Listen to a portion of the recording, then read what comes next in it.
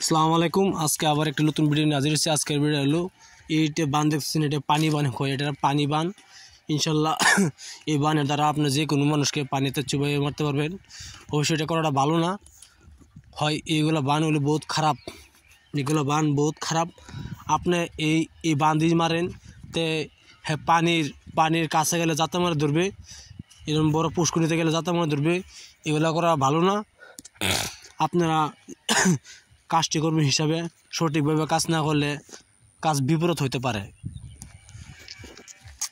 এটা হলো একটি পানি বান, এটা হলো পানি বান। যদি আপনি কোনো মানুষকে পানি বান মারতে চান, এই পানি বানের দ্বারা ধরুন গিয়া হ্যাঁ নদীতে চলাচল করতে পারবে না, পুষ্করিতে গোসল করতে পারবে না।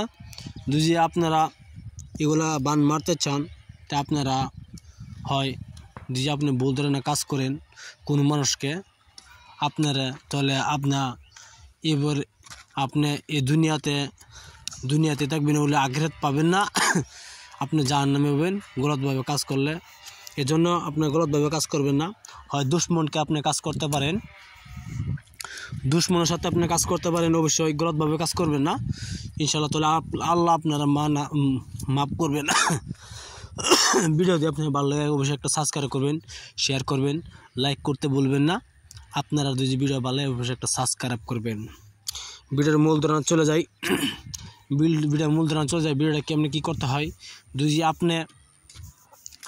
আপনি একটি মানুষকে পানি বান মারতে চান, এই পানি বানের দ্বারা কী কাজ করবেন, কেমনি করতে হয় না করতে আমি বলে দিচ্ছি। আপনি শনিবার দিন এই নস্কাটি আপনি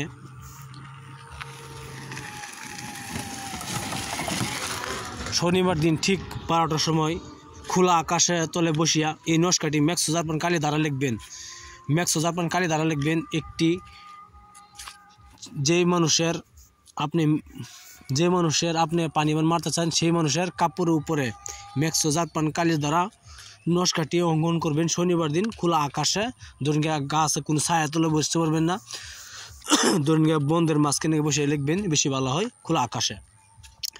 লেখার পরে এই নস্কাটি কী করবেন, অবশ্যই সেই মানুষটার নাম লিখবেন উপরে, আর সেই মানুষটার যদি মেয়ে হয়ে থাকে তে লিখবেন মার নাম লিখবেন, আর যদি ছেলে হয়ে থাকে তা ছেলের বাবার নাম লিখবেন।